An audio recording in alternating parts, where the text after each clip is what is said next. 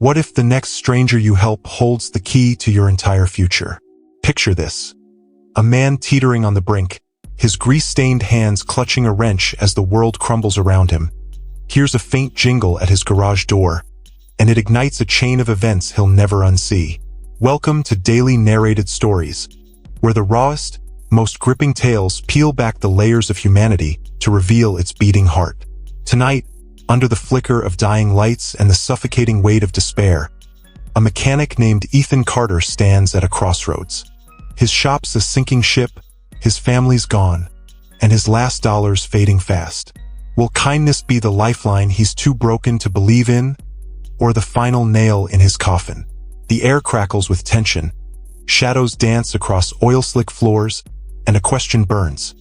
Could one small choice unravel everything you thought you knew? Pause right there. Have you ever stared into the abyss, wondering if doing the right thing would cost you your soul? Hold that feeling.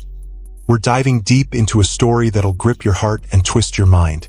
The fluorescent bulbs buzz like trapped wasps overhead, casting a sickly glow over Ethan as he scrubs his hands on a rag so worn it frays at the edges. At 38, his face is a map of survival lines etched by sleepless nights, losses too heavy to name, and a quiet stubbornness that refuses to let go. Carter's Auto Haven was his dream 15 years back, a sanctuary built on sweat and hope. Now it's a ghost, its walls groaning under the weight of unpaid bills and shattered promises. He glances at the calendar pinned crookedly to the wall, red circles slashing through dates like wounds. 1 month left before the bank swallows it whole. His eyes drift to a single framed photo on his cluttered desk. A younger Ethan, grinning wide beside his wife, Lily, and their son, Noah, the day the shop's sign first went up. That smile feels like a stranger's now, a relic from a life before everything went dark. Should have listened to Pops, he mutters, voice low and bitter, a habit carved into the 3 years since Lily packed up Noah and fled to her parents' place in Nevada. He doesn't blame her, not really. Not after the accident. It replays in his mind like a cruel loop. The screech of tires on a rain-slick road, the crunch of metal, Noah's small body limp in the wreckage. Medical bills piled up like vultures. Savings vanished, credit cards screamed red, and Ethan's leg healed just enough to leave a limp. A constant reminder of what he'd failed to protect. He'd been behind the wheel that night, sober but distracted, arguing with Lily over a late payment, and the guilt gnaws at him still, a shadow he can't outrun. Lily's last words echo, "I can't watch you drown us both." She was right to go, but it doesn't stop the ache. The hollow space where their laughter used to live. The bell above the door chimes, sharp and sudden, slicing through his spiral. Ethan's head snaps up, hope flaring then fading. Just the wind, rattling the frame like a taunt. 2 days since his last customer, a grizzled farmer who'd handed over half a fee in crumpled bills, promising the rest when the crops come in. Ethan had nodded, like always. What else could he do? Millbrook is a town time has abandoned, nestled between rolling hills and endless fields, its pulse fading since the bypass highway stole the traffic 5 years ago. Once a bustling knot of life, kids biking down Main Street, shops buzzing with chatter. It's now a husk, held together by stubborn loyalty and desperate necessity. Carter's Auto Haven clings to existence on the goodwill of old-timers who remember Ethan's dad, a wiry man with a smoker's cough, showing a teenage Ethan how to swap oil in their gravel driveways. That legacy feels like a lifeline and a curse. Last week's rent notice landed like a punch. 15% more starting next month. Ethan had laughed, a hollow, jagged sound, staring at the paper as if it might sprout cash. Where would it come from? The desk drawer holds a stack of bills, each stamped past due in red ink, a chorus shouting his doom. He'd stopped opening them weeks ago, but their weight presses on his chest all the same. Yet even now, he can't say no to those who stumble in. Just days back, he'd patched Widow Grayson's radiator for the cost of parts alone, her trembling hands pressing a tin of homemade cookies into his as thanks. "You're a saint, Ethan," she'd said, eyes misty. He'd smiled, but inside, he wondered if saints starved. His dad's voice lingers. "A mechanic fixes more than cars, son. Sometimes you're stitching up someone's whole damn world. The bell rings again, louder this time, followed by the slow creak of the door swinging wide. Ethan straightens, wiping his hands out of habit, the rag smearing more grease than it cleans. A figure stands framed in the doorway, backlit by the bruised orange of late afternoon sun. An old man, his faded army jacket hanging loose on a frame whittled by time. His face is a weathered canvas, etched with decades of sun and sorrow, but his eyes burn sharp, alive, sweeping the garage like he owns it. "You still open?" he asks, voice rough as sandpaper yet steady as stone. Ethan steps forward, heart thudding with a flicker of something. Hope? Maybe? Or dread? "Yes, sir." "What's the trouble?" The man jerks his head toward the lot. "My old Ford gave out half a mile back. Limped it here, but she's screaming like she's ready to quit." Ethan follows him outside, and what he sees stops him cold. A rusted relic steaming in the gravel, its hood a plea for mercy. One look, and he knows, this isn't a quick fix. This is a reckoning. Imagine standing there with Ethan, the weight of that moment pressing down. A stranger's plea, a dying car, and a choice that could tip the scales of his fragile life. Have you ever felt that pull? To help when you've got nothing left to give? At Daily Narrated Stories, we chase those raw, human threads, the ones that tie us all together. This is where Ethan's story cracks open, where kindness and ruin dance on a knife's edge. Stick with us. The suspense is just beginning, and the twist ahead will leave you reeling. The Ford squats in the gravel like a wounded beast, steam curling from its rusted belly, paint peeling like a snake shedding skin too late. Ethan pops the hood, the sharp hiss of heat smacking his face as he leans into the mess. "Name's Henry," the old man says, stepping closer, offering a hand gnarled by decades. Knuckles swollen, skin tough as old bark, a faint tremor betraying the strength beneath. "Henry Vaughn, Vietnam vet, 68 to 70, if the jacket's got you wondering. Just drove back from Arlington, visiting a buddy's grave." Ethan grips his hand, feeling the calluses grind against his own, a quiet resilience sparking something deep in his chest. "Ethan Carter, let's see what she's telling us." He plunges into the engine, tools clinking against metal, the air thick with oil, desperation, and the faint tang of gasoline. The diagnosis hits fast and brutal. Water pump blown to hell, timing belt fraying like a lifeline on its last thread, hoses brittle and begging to burst. A job that'd run hundreds anywhere else. Hours he can't spare with the bank's clock ticking louder every day. Henry stands silent as Ethan rattles off the damage, his jaw tightening with each grim detail, pride buckling like dry timber under a boot. "I ain't got the money right now," he says at last, voice low and cracked, a stone splitting down the middle. "Pockets are empty after that trip. Gas ate the last of it. But I'll make it right. Swear it on my life, on every mile that old girls carried me." Ethan's gaze flicks to the office, where an empty fridge looms through the smudged glass, a silent witness to his own collapse. His last $20 sits crumpled in his wallet. Dinner tonight, maybe coffee tomorrow if he rations it like a prisoner.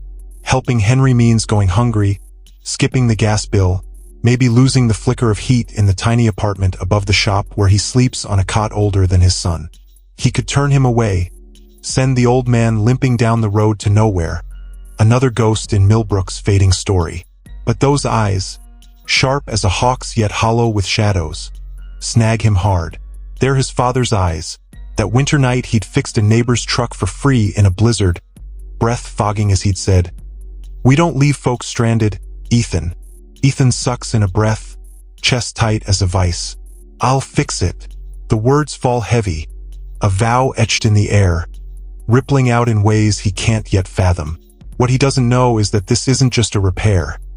It's a spark, and the blaze is creeping closer with every turn of the wrench.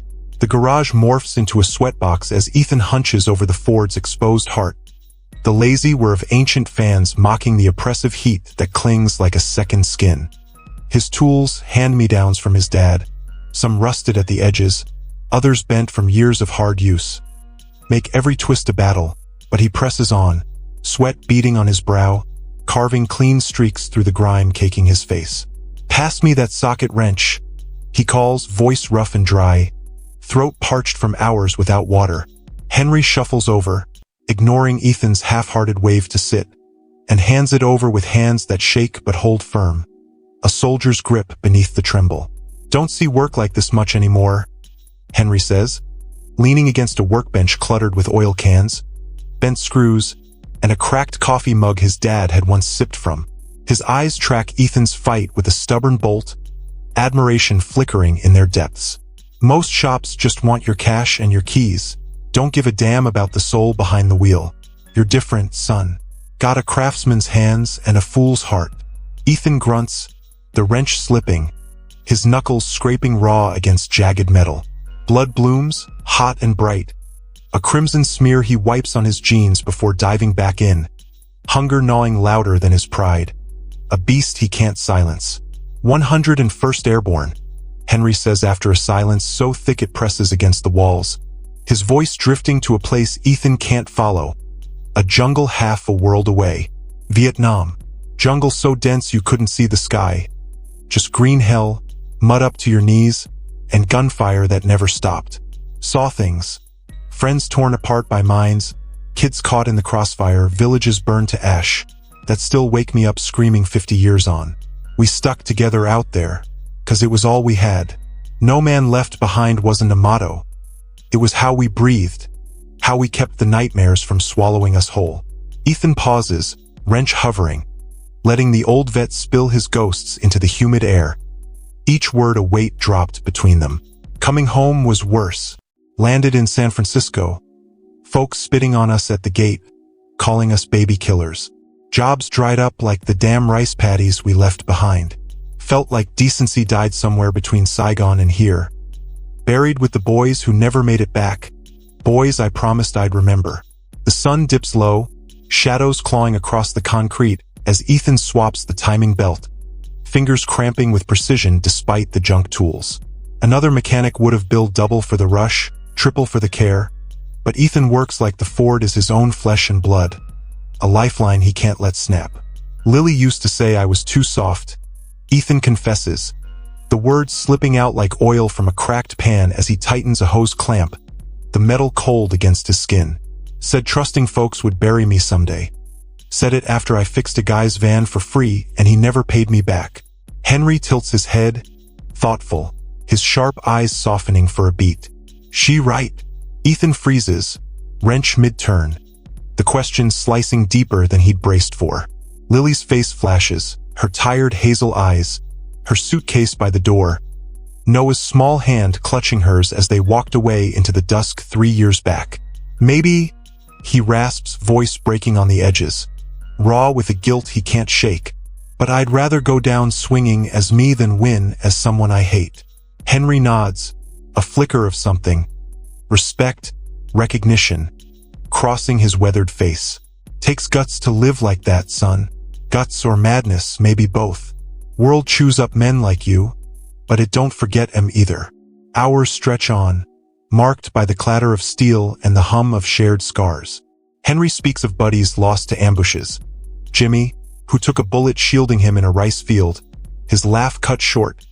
Tran, a local kid who'd guided them through traps only to vanish in a napalm strike, his name scratched into Henry's canteen. Ethan counters with tales of customers tethered to their wheels. A single mom racing to her night shift, tears in her eyes when he'd waved off the bill. An old widower driving to his wife's grave every Sunday, his truck's engine the only thread left to her memory. The air grows heavy as dusk creeps in, the sky bruising purple beyond the garage's open maw, a chill seeping into the heat. Ethan's stomach growls, a low rumble he ignores, his focus narrowing to the Ford's revival. But a memory claws its way up. 2 weeks back, a young woman named Mara had rolled in, her beat-up Civic coughing smoke, desperation etched in her hollow cheeks. She'd been on her way to a job interview, her last shot at pulling her kid brother out of foster care after their mom overdosed. "I've got nothing," she'd whispered, eyes red, hands wringing a frayed scarf her brother had made her. Ethan had fixed it. Alternator swap, oil change, no charge. Because he'd seen Noah in her brother's shadow. A boy caught in a storm he didn't start. She'd left a note the next day, slipped under the door. "You saved us. I got the job." He'd kept it in his desk, a talisman against the dark, a reminder that his dad's creed still echoed. Now, hunched over Henry's Ford, that same instinct burns, a fire he can't douse. "You remind me of my old man," Ethan says, voice low, almost lost in the clink of tools. He'd have done this too, worked, till he dropped for someone he didn't even know. Henry's gaze sharpens, cutting through the gloom. "Good man. The best," Ethan says, throat tight, the ache of 5 years without him rising fresh. "Cancer took him fast, ate him up in 6 months, taught me everything, how to fix an engine, how to live right." Henry nods slowly, his voice softening. "Loss carves you out, don't it? Leaves holes nothing fills. Least, not till something bigger comes along." A new figure interrupts the quiet. A shadow in the doorway, hesitant but real.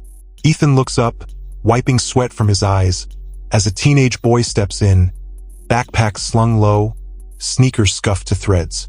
"You open?" the kid asks, voice cracking, nerves jittering in his stance. "Name's Caleb. My mom's car. It's all we got, and it died a mile back. She's at work, and He stops, swallowing hard. Ethan straightens, exhaustion warring with duty. "What's it doing?" Caleb shrugs, helpless. "Won't start. Makes this clicking noise. I pushed it here till my arms gave out." Ethan glances at Henry, who gives a small nod, then back at the kid. "Bring me to it after this. I'll take a look."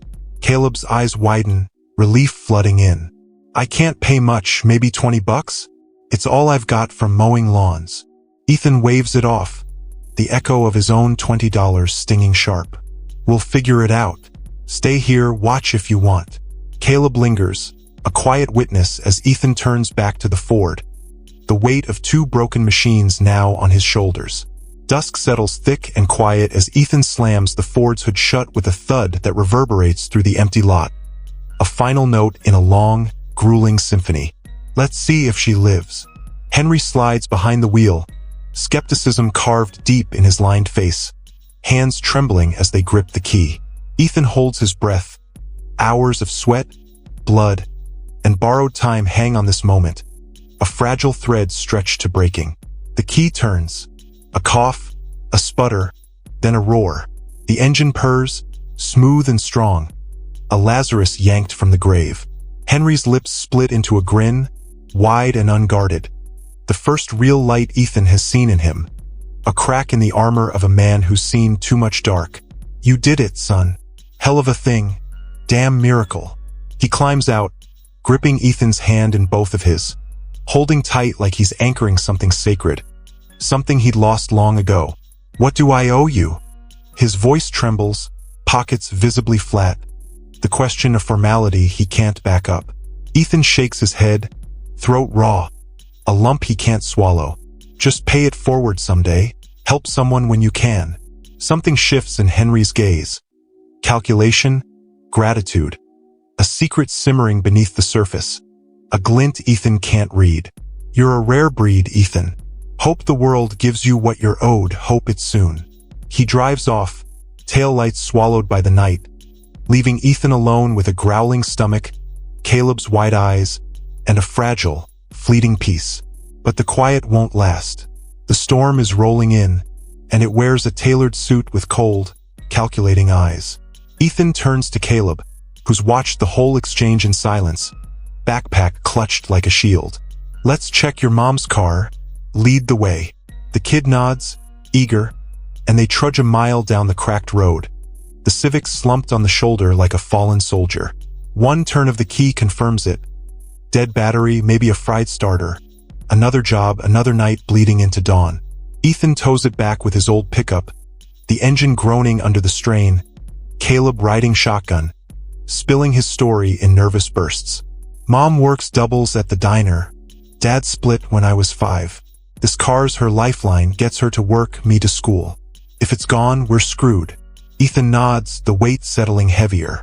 Back at the shop, He rigs a jump, the Civic sputtering to life as Caleb whoops, a sound that cuts through the fatigue. "Take the 20, Caleb insists, shoving crumpled bills at him. Ethan pushes them back. "Keep it. Buy your mom something nice. Tell her to swing by if it acts up again." Caleb's grin is payment enough, but as the kid drives off, Ethan sags against the workbench, the day's toll crashing down like a wave he can't outrun.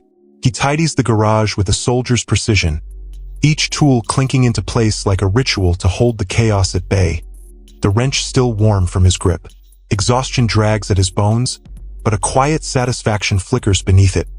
He's kept Henry rolling, given Caleb's mom a fighting chance, kept his dad's creed alive one more day. He's reaching for the light switch when gravel crunches outside, sharp and deliberate. A sound that jolts him upright, nerves firing.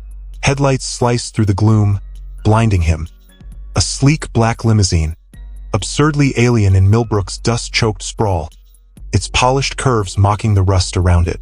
Ethan freezes, wrench clutched tight in his oil-slick hand, heart hammering as the driver's door clicks open with a soft, ominous snap. A tall figure steps out, suit tailored sharp as a razor, shoes gleaming despite the grit underfoot. Two broad shadows flank the car, eyes scanning like wolves on a hunt, their presence a silent threat that tightens the air. "Mr. Carter?" The man's voice is calm, laced with steel, cutting through the night like a blade through silk. "Ethan Carter?" Ethan swallows hard, nodding slowly, his throat dry as ash, a prickle of dread crawling up his spine. "Yeah. Who the hell are you?" The man closes the distance, every step deliberate, gravel popping under polished leather, his silhouette stark against the limo's glare. "James Pierce. I work for Henry Vaughn." Ethan's brow furrows, mind racing, the name a tether pulling him back to hours ago, to the Ford's roar and Henry's cryptic goodbye. "The vet? I fixed his Ford, left not long back." Pierce's lips twitch, a smirk that doesn't reach his cold, assessing eyes, a predator sizing up its mark. "Yes, that Henry, though you've got no idea who he really is." Cold slithers down Ethan's spine, the heat of the day vanishing in a shiver that leaves him unsteady. "What's that supposed to mean?" Pierce adjusts his tie, casual yet precise, a gesture too smooth for comfort. "He's a Vietnam vet, sure, but Henry Vaughn's more than some broke drifter with a busted ride, far more." Ethan's voice hardens, edged with defiance, a spark of anger flaring. "I don't follow."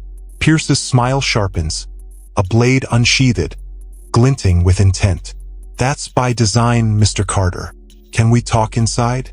Away from prying ears." Ethan hesitates, the wrench a lifeline in his grip, then leads him to the cramped office, pulse pounding, the air thick with questions he can't yet form, a growing sense that he's stepped into something vast and uncharted. What has he stumbled into, and why does it feel like a trap snapping shut? Alone, Pierce drops the truth like a grenade, voice low and measured, each word a detonation. Henry Vaughn's a retired 3-star general. Post-war, he built a private security empire biggest in the country, contracts from DC to Dubai. Net worth sits at $4 billion. Ethan's knees buckle. He grips the desk, the room tilting as the words sink in like lead weights. "4 billion? He couldn't pay for a damn water pump." Stood there with empty pockets and a sob story. Pierce's gaze softens, just a fraction, but his tone stays firm, unyielding. He didn't have to. Henry clawed out of poverty in Tennessee dirt, sharecropper's kid with holes in his shoes, eating cornbread and grit. Even now, he hunts for kindness, plays the pauper to see who's got a heart worth a damn, who'll give when there's nothing in it for them. Anger surges, hot and jagged, boiling in Ethan's chest, spilling out in a snarl. "So it was a stunt? A game? While I'm starving to help him. Skipping meals, losing sleep, pouring my last dime into his damn car." Pierce nods, unapologetic, his eyes steady as stone. "He knows what you sacrificed, knows it better than you think. Knows your debts piling up like a noose, your ex-wife and kid in Nevada, the bank circling like vultures, ready to pick the bones. He's been watching your shop for weeks, maybe months. Ethan's blood runs cold, a chill sinking to his bones, the room spinning as dread takes root. Watching me? How the hell does he know all that? Henry doesn't play blind, Pierce says, voice smooth as glass, a hint of admiration threading through. He digs deep, background checks, quiet talks with locals, eyes on the ground. He knew about Widow Grayson's radiator, Mara Civic, that kid Caleb tonight. Every time you gave more than you had, every time you chose heart over wallet. He's got files, Ethan, dates, names, amounts you never charged. Pierce slides a leather folder from his jacket, setting it on the desk with a soft, deliberate thud that echoes like a gavel. You never turned a soul away, even as your world burned down around you. That's why I'm here, why he sent me. Ethan sinks into his chair, mind a storm of disbelief and fury, the wrench clattering to the floor with a hollow clang. So what? He claps me on the back for passing his rich man's test? That doesn't save my shop, doesn't bring my family back, doesn't fix the hole I've been bleeding into. Pierce's eyes glint, predatory and knowing, a hunter who's found his quarry. He's not here for praise, Mr. Carter. He's got a proposition, and it's bigger than your shop, bigger than Millbrook, bigger than you can guess. He wants you tonight, Pierce says, glancing at his watch, the tick of its hands loud in the silence. A countdown Ethan can't stop.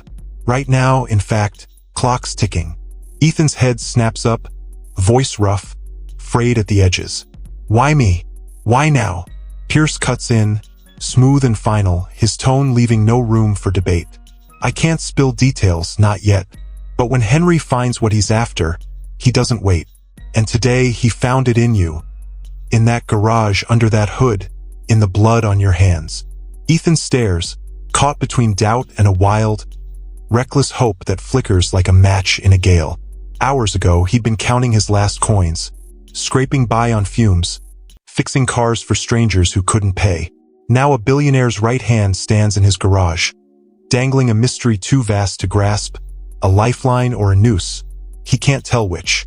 Pierce pauses at the door, voice dropping low, almost reverent, a whisper that carries weight.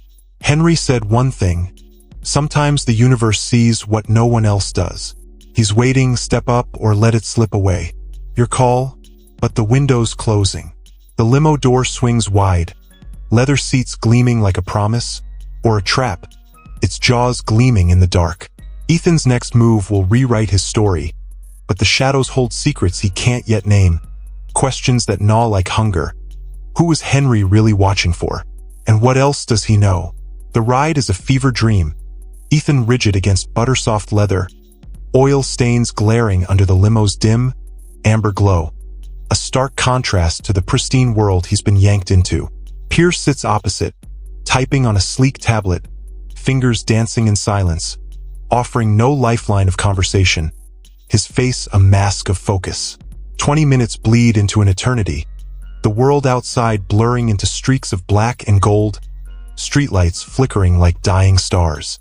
Then iron gates part silently, revealing a driveway flanked by trees trimmed to perfection, their branches bowing like sentinels guarding something sacred or forbidden.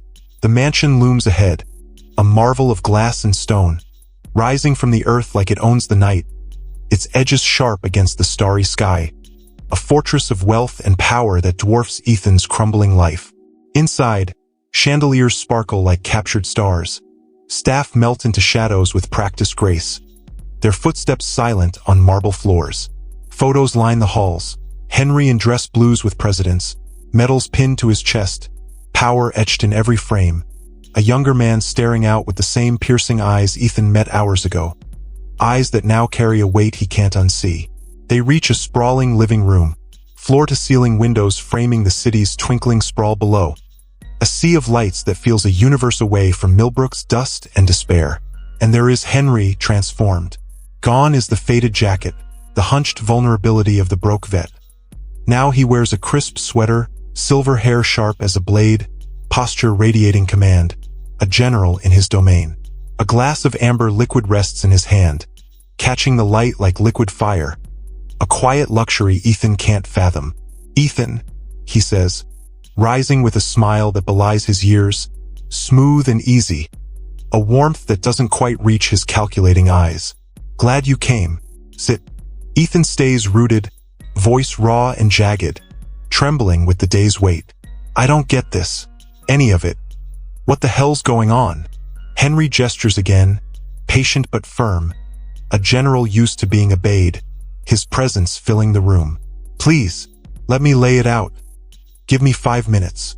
Ethan perches on the chair's edge, tension coiling like a spring, every nerve screaming, his hands clenched into fists. Was it all fake? He demands, voice shaking with barely contained rage, the betrayal cutting deep. Henry leans forward, elbows on his knees, eyes locking onto Ethan's with an intensity that pins him in place. Not all. Vietnam, the 101st. That's my blood and bone, carved into me deeper than these walls. But today, yeah, staged. The Ford, the broke vet bit. A test, one I've run 100 times across this country. Ethan's voice breaks, fury spilling out. You messed with me while I'm losing everything. My shop, my home, my kid's future. All for some damn test? Henry nods, taking the hit square, unflinching, his expression steady. I did, because real kindness is a dying breed, Ethan. A ghost in a world that's forgotten it. You gave when it cut deep, when it cost you more than you had left. That's why you're sitting here, why I'm looking at you now. He slides an envelope across the table, thick and heavy, its edges crisp against the polished wood. A silent bomb waiting to detonate. Open it. Ethan hesitates, fingers trembling as he tears it open, pulling out a check. The number hits like a freight train, hundreds of thousands. A sum that could wipe his debts clean, rebuild the shop, maybe even bridge the gap to Noah and Lily, a lifeline in black ink. His breath catches, voice breaking, barely a whisper. I don't take charity, never have, never will.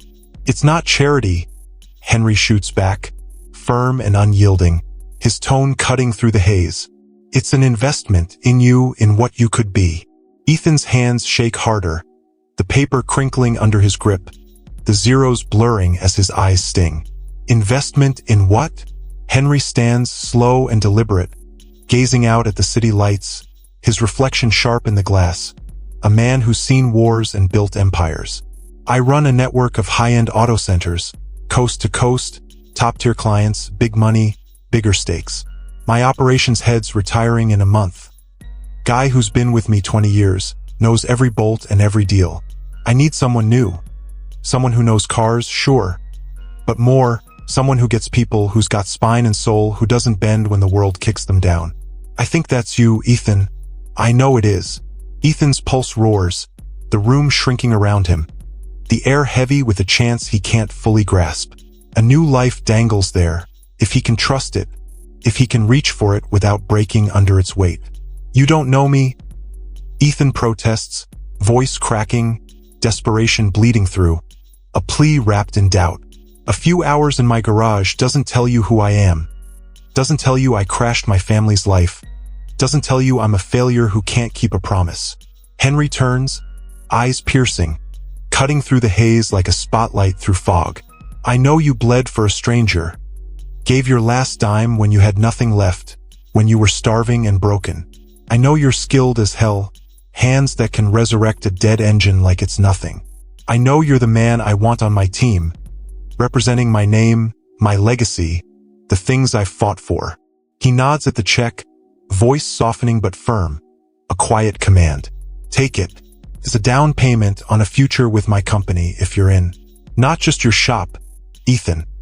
A stake in something bigger, something that lasts. Ethan folds the check, heart slamming against his ribs, the weight of it burning his fingers, a fire he can't extinguish. 6 months ago, he'd been a dead man walking, drowning in debt and regret, fixing cars for pennies and prayers. Now, kindness has cracked his world wide open, and the pieces are falling into place or apart. He can't tell, the edges too sharp to hold. The room falls silent. The cities hum a distant pulse beyond the glass. A heartbeat Ethan can't sync with. His mind races, replaying the day. The Ford's groan, Henry's trembling hands, the blood on his knuckles, Caleb's desperate hope. Then further back, The crash that stole Noah's health. Lily's tears as she walked away. His dad's last rasping words in the hospice bed. Be good, Ethan, even when it hurts, especially then. He'd thought goodness was weakness. A flaw Lily was right to flee. A chain that kept him tethered to ruin. But here is Henry, a titan forged in war and wealth, saying it's strength. Saying it's worth millions, worth a seat at his table. Why not just hire some suit? Ethan asks, voice low, testing the edges, probing for the catch. Henry sits again, sipping his drink, the ice clinking softly, a sound that grounds the surreal moment. Suits no numbers, not heart. I've got a dozen of them, crunching data, chasing profit. I've seen too many men climb by stepping on necks, leaving bodies in their wake. You climb by lifting others up, Widow Grayson, Mara, that kid tonight. That's rarer than gold, Ethan.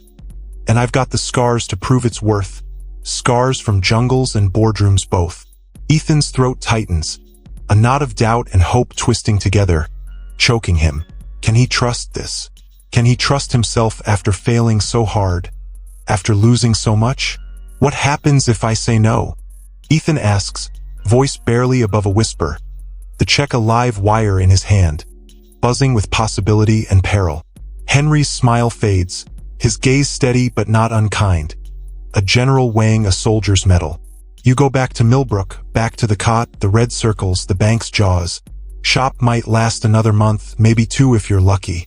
Then they take it and you're on the street, or worse, running from the pieces, from the guilt you carry like a second skin. I won't force you, Ethan.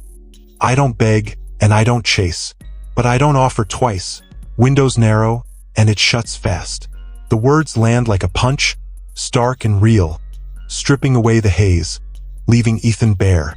He thinks of Noah, his son's laugh, faint on their last call, the medical bills still stacking up in Nevada, the treatments he can't afford.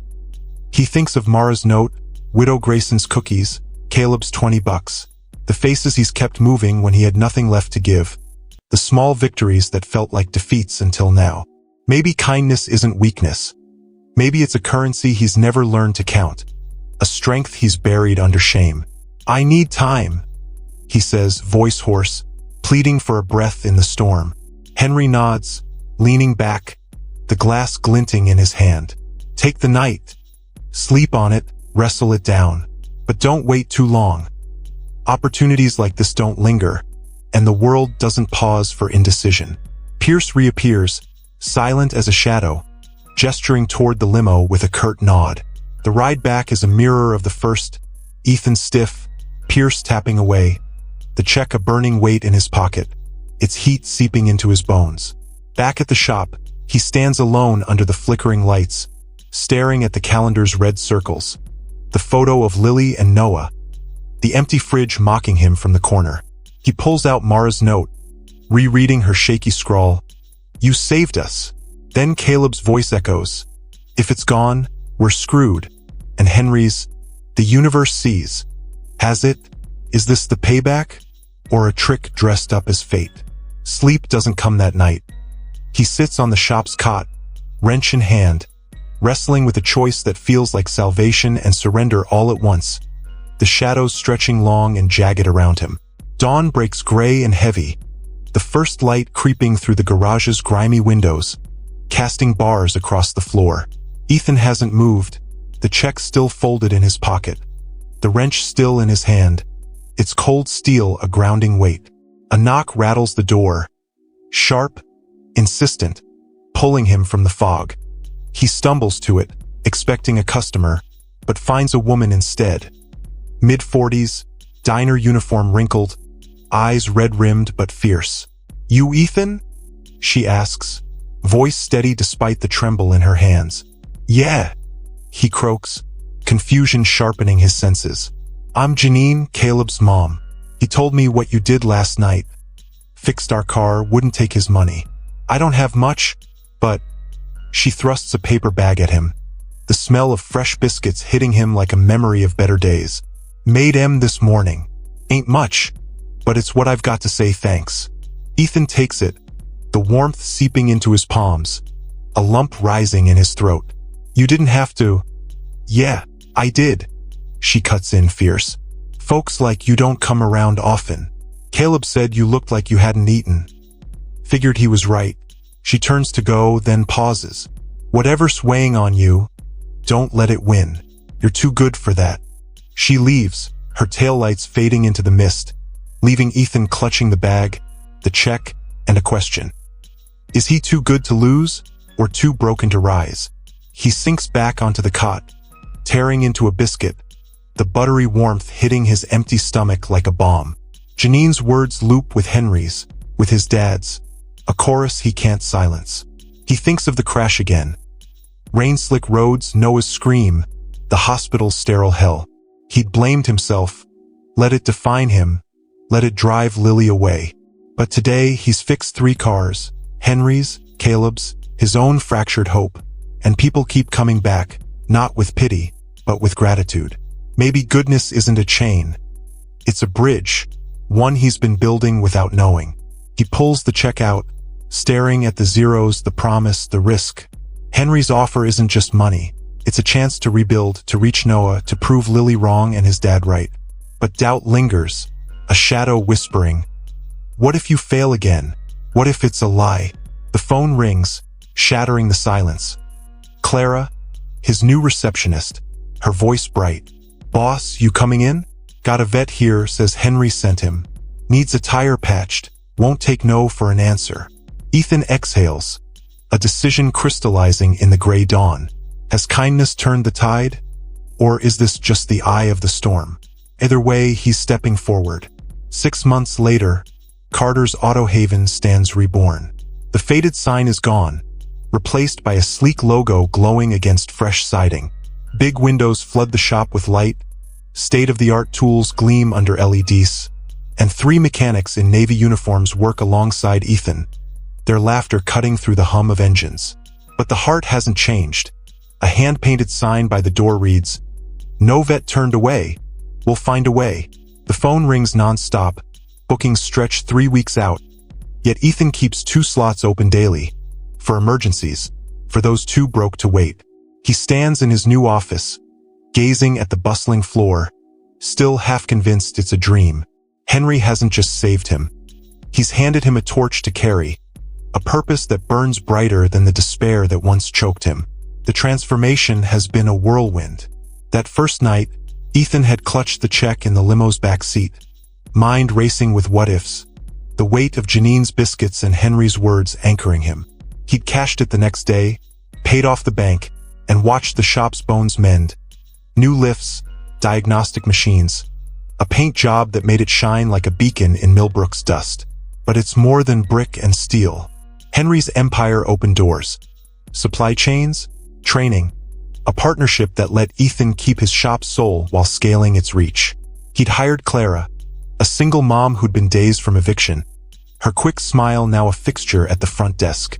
Miguel joined next, an Afghan vet whose hands shook until they held a wrench, his quiet focus a mirror to Ethan's own.